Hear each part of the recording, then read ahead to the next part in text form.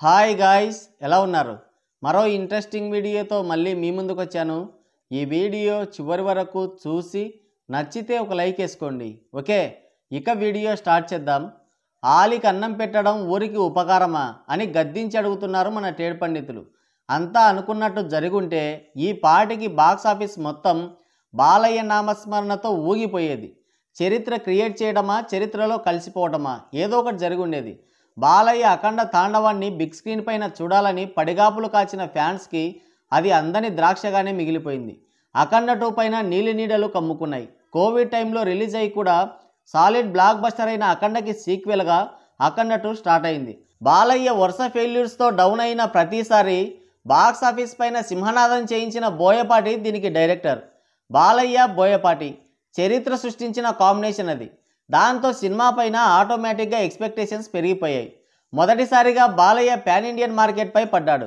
మంచి ఫామ్లో ఉన్నాడు. క్లాస్ మాస్ అనే తేడా లేకుండా అన్ని జానర్ ఆడియన్స్కి అనువైన సినిమా ఇన్ని రీజనబుల్ ఫ్యాక్టర్స్ మధ్య రిలీజ్కి వచ్చింది. Extra shows, benefit shows, ticket హైక్స్కి పర్మిషన్ దొరికింది. పైగా సోలో రిలీజ్. ఒక్కసారిగా బాక్సాఫీస్ అంతా వేడెక్కింది. ఒకవైపు బాలయ్య ఫ్యాన్స్ సందడి, మరోవైపు యాంటీ ఫ్యాన్స్ ఏడుపులు, ఇంకోవైపు ఇలాంటి ఊరమాస్ మూవీ కోసం ఇండస్ట్రీ ఎదురుచూపులు. ఇన్నింటి మధ్య రిలీజ్కి వస్తే సినిమా అంతా అయిపోయిన తర్వాత లాస్ట్లో వచ్చి యు ఆర్ అండర్ అరెస్ట్ అనే పోలీసుల్లాగా, తాళి కట్టే ముందు ఆపండనే కమిడియన్ లాగా వచ్చి సినిమా రిలీజ్ని ఆపేశారు ఎరోస్ ఇంటర్నేషనల్ ప్రొడ్యూసర్లు. ఈ సినిమా నిర్మాతల పనికిమాలిన పని వల్ల బాలయ్య కష్టం అంతా నేలపాలైంది.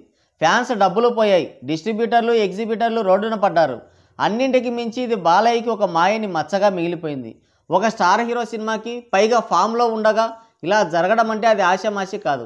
వరుస డిజాస్టర్లతో మార్కెట్ని, స్టార్డమ్ని కోల్పోయి మళ్ళీ మొక్కవోని దీక్షతో కష్టపడి అఖండతో బౌన్స్ బ్యాక్ అయి కంటిన్యూస్గా 400 కోట్ల సినిమాలు అందించి తన క్రేజ్ని, మార్కెట్ని పాన్ ఇండియా రేంజ్కి పెంచుకున్నాడు. అఖండ 2 కోసం ఎంతో కష్టపడ్డాడు. ఇంటర్వ్యూలు, ఈవెంట్లు, ప్రమోషన్లు అన్నీ తానై నడిపించాడు. అలాంటిది ఒక చిన్న తప్పు వల్ల ఆ కష్టమంతా నేలపాలైంది. మొత్తానికి సినిమా ఆగిపోయింది. ఇక ట్రోల్స్, విమర్శలు, ప్రశ్నలు. ట్రోల్స్, విమర్శలు అంటే మనకేం కొత్త కాదు, కానీ ప్రశ్నిస్తున్నారు. ఇంత జరుగుతుంటే బాలయ్య ఎందుకు కామ్గా ఉన్నాడు, నిర్మాతలు ఎందుకు పట్టించుకోవడం లేదు అని. వాళ్ళల్లో మన ఈర సైనికులు కూడా ఉన్నారు. ఆకలిగొన్న కరణం పాత ఫైళ్ళు బయటకు తీశాడని ఇలాంటి అవకాశం కోసమే ఎదురు చూస్తున్న వాళ్ళకి మంచి ఛాన్స్ దొరికింది. ఇక మొదలెట్టారు. పవర్ బాబు నటించిన హరోంహర రైస్ మిల్లు ఆగిపోతే దాన్ని రిపేర్కి బయ్యర్లతో మాట్లాడి వారిని ఒప్పించి నెక్స్ట్ సినిమా కూడా మీకే ఇస్తానని మాట ఇచ్చి దాన్ని సాల్వ్ చేశాడు కదా, మరి బాలయ్య పని చేయొచ్చు కదా అని క్వశ్చన్ చేస్తున్నారు. అయితే ఒక చిన్న లాజిక్ మిస్ అయ్యారు. దానికి బొక్క పెట్టిందే మన బాబు కదా. ఆ నిర్మాత అష్టకష్టాల పాలవ్వడానికి మన బాబే ప్రధాన కారణం కదా. అదెందుకు చెప్పరు? చూడరా, కన్న తండ్రి కన్నా ఎక్కువ బాధపడుతున్నాడు. గుద్దినోడు వాడే అన్నా.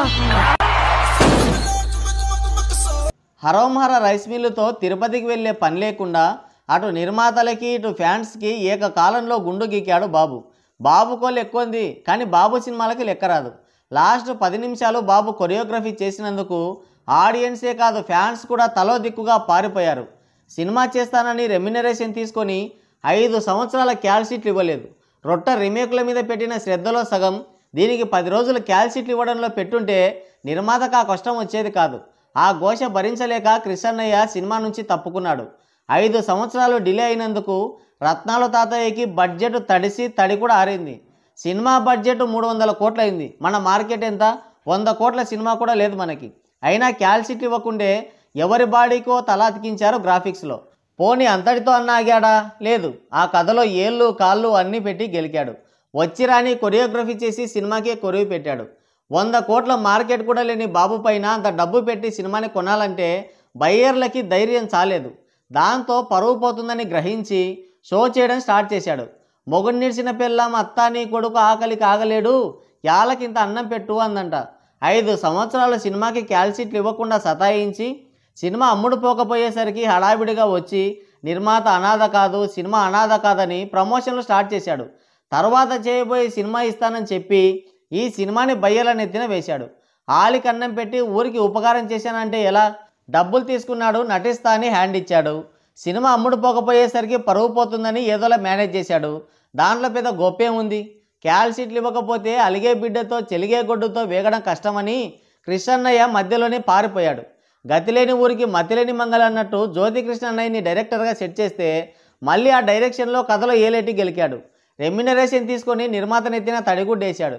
సినిమా పీకిందని ముందే తెలిసిన పవర్ బాబుకి డబ్బా కొట్టి ఆయన జెండా మోసిన ఫ్యాన్స్కే ప్రీమియర్స్ పేరుతో 1000-1200 టికెట్ రేట్లు పెట్టి గుండు గిక్కాడు.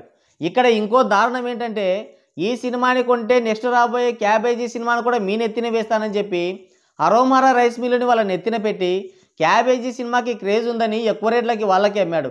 కట్ చేస్తే అది కూడా బొక్క పెట్టింది. సాయం పేరుతో 2 తెలుగు రాష్ట్రాల్లో 2 సార్లు బొక్క పెట్టాడు. కానీ ఇక్కడ బాలయ్య అలాంటి పని చేయలేదు. తన మార్కెట్కి తగ్గ రెమ్యునరేషన్ తీసుకున్నాడు. సినిమాకి క్యాల్సీట్లు ఇచ్చాడు, ప్రమోషన్లు చేశాడు. సినిమా కోసం ఎంత చేయాలో అంతకు మించి కష్టపడ్డాడు. రిలీజ్కి గంట ముందు సినిమా ఆగిపోతే దానికి ఎప్పుడో 10 ఏళ్ల క్రితం లాసులు కారణమైతే బాలయ్య ఏం చేస్తాడు? ఆ 50 కోట్లు నేను ఇస్తానని కానీ లేదంటే నా రెమ్యునరేషన్ వదిలేస్తానని కానీ ఎందుకంటాడు? తన వల్ల ఏదైనా సినిమాకి ఎఫెక్ట్ అయితే లేదంటే సినిమా ఫ్లాప్ అయ్యి లాస్లు వస్తే తను బాధ్యత తీసుకుంటాడు. ఎప్పుడో బాకీలకి బాలయ్య బాధ్యత తీసుకోవడానికి బాలయ్య ఏమన్నా పాత బాకీల చారిటబుల్ ట్రస్ట్ ఏమన్నా పెట్టాడా? అడిగితే ఓ అర్థం పర్థం పరమార్థం ఉండాలి, పనికిమాలినతనం ఉండకూడదు అని మండిపడుతున్నారు మన ట్రేడ్ పండితులు. మరి దీనిపై మీరేమంటారు? కింద కామెంట్ చేయండి. సో గాయ్స్, ఇది video.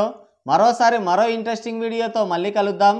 Thank you, take care, bye bye.